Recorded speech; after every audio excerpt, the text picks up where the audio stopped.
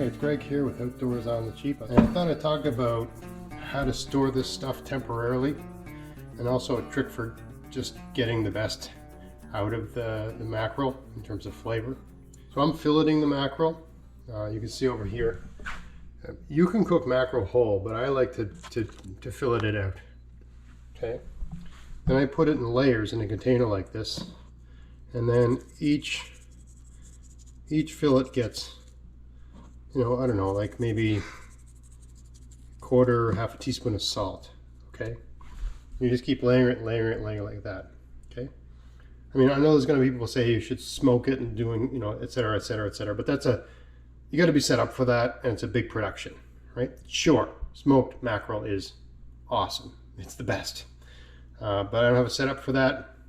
You have to have that all set up before you catch the mackerel. And I went out fishing today. I didn't think we'd even get any, and they're in. For anyone living near Halifax, it's mackerel time. They're in. Basically catching them almost every cast. So the range of sizes, but because they changed the rules, you can keep different sizes.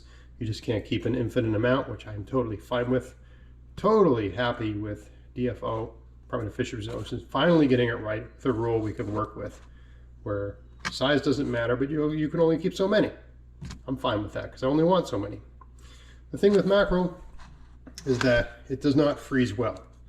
I know some people freeze it, but at the risk of sounding pretentious, the flavor when it's been frozen and thawed is just awful compared to what they're like fresh.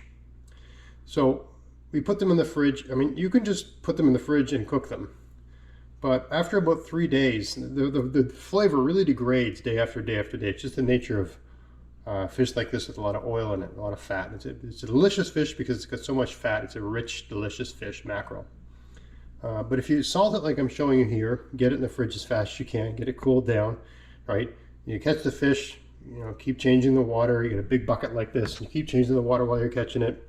And then you get it home as quick as you can and get it cold, right? And then fillet it out and salt it like this. You can use it over the course of about 3 days with very little degradation in flavor. If anything, it tastes better the second day because the salt does something magical. But also, let me show you something here. For cooking the day of, and I learned this from some Koreans, this is the way to go. So this fish here has been salted and peppered. There's a window here with a breeze coming in. The window's open. So I got a window screen, there's no flies, but I got a breeze, I got salt, and I got pepper. And it's around 3:30 in the afternoon. And you just leave it like this in the breeze. Put it outside, it might get flies on it. You have it inside near a window like this with the salt and the pepper. And what'll happen is eventually, you can see the surface right now is shiny because the salt is drawing the moisture out. But the breeze going across this and a little bit of sunlight and all that sort of stuff, it's going to eventually dry the surface of this fish. And because of that, you got the salt, you got the pepper, you got the seasoning. When you go to fry this up, or if you barbecue it, because the surface will not be wet, right? In a couple hours, this will dry.